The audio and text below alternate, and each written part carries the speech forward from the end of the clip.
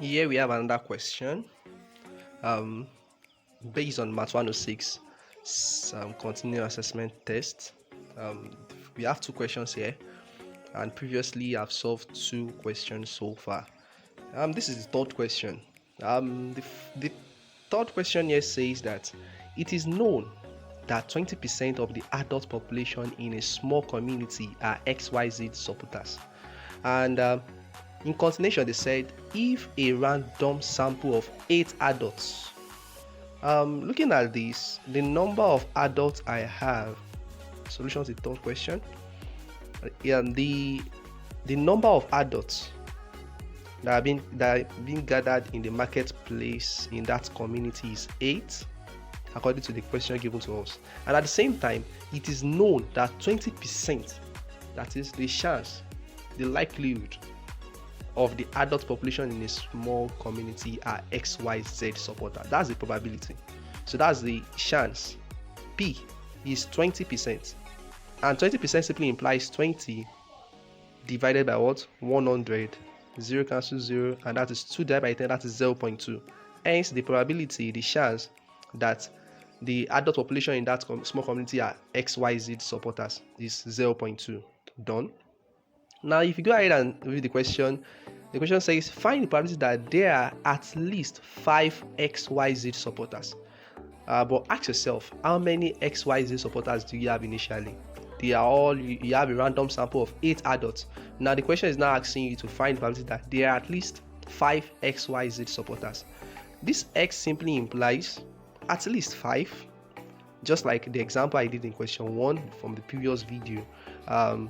X here says that there are at least 5 XYZ supporters out of 8. So that implies that I have 5 upward. That is, I have 5, then I have 6, 7, and 8. That means I can have 5 XYZ supporters, I can have 6 of them, I can have 7 of them, I can have 8 of them, but at least you must have what? 5.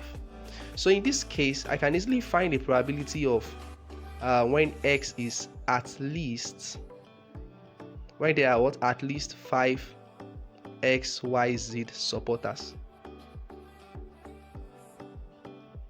So in this case, I'll decide to find the probability of 5, then when X is 5, when X is 6, and when X is 7, and when X is 8, then I'll compute everything. Or possibly, if you don't want to do for 5, 6, 7, 8, then you solve for 1 minus the complement of this set of values. And the complement, I think something I'm missing, which is we have the 0, 1, 2, 3, 4. 0, 1, 2, 3, 4, that is 5 different values to compute.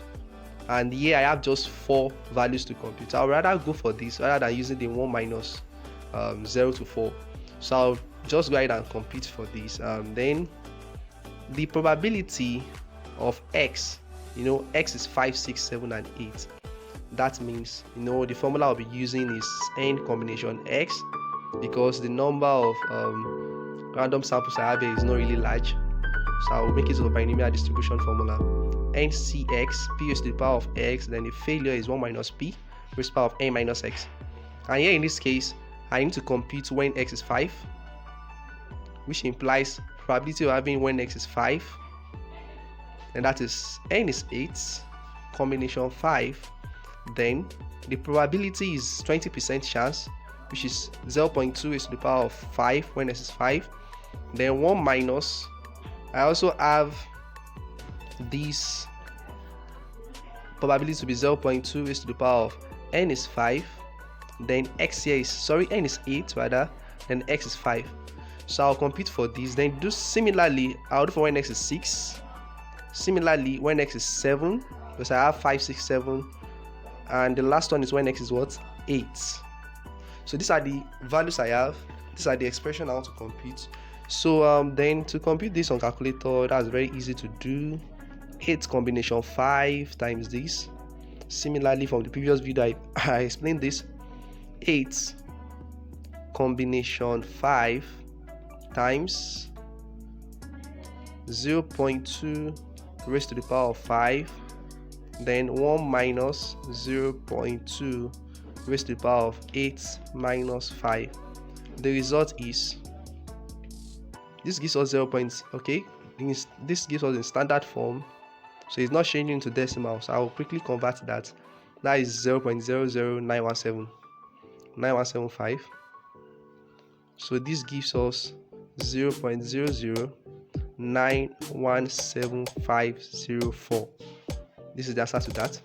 And then for the probability of when x is 6, let me just state this. It would have been easier for you if you do it this way: 8 shift and combination, then I need an x value, x expression, that is alphabet. Press this alpha button, then there's an x here, press the close bracket button, times, you open a bracket, 0.2 is the probability according to what you have here, then raised to the power of, this is what is changing, so I'm representing it with x, alphabet x, then I need to come down, open another bracket, 1 minus 0.2 raised to the power of 8 minus, since it's ordinary x that is changing, so then I have all these expressions. So what is the next thing to do? I want to compute for when x is 6.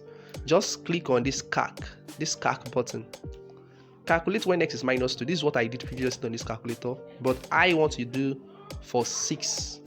Press equal to, then the result in decimal is 0.00114688. Done. And then the same thing, press the calc button. You see, this is the previous thing I did, so I want to do for 7. It's faster this way.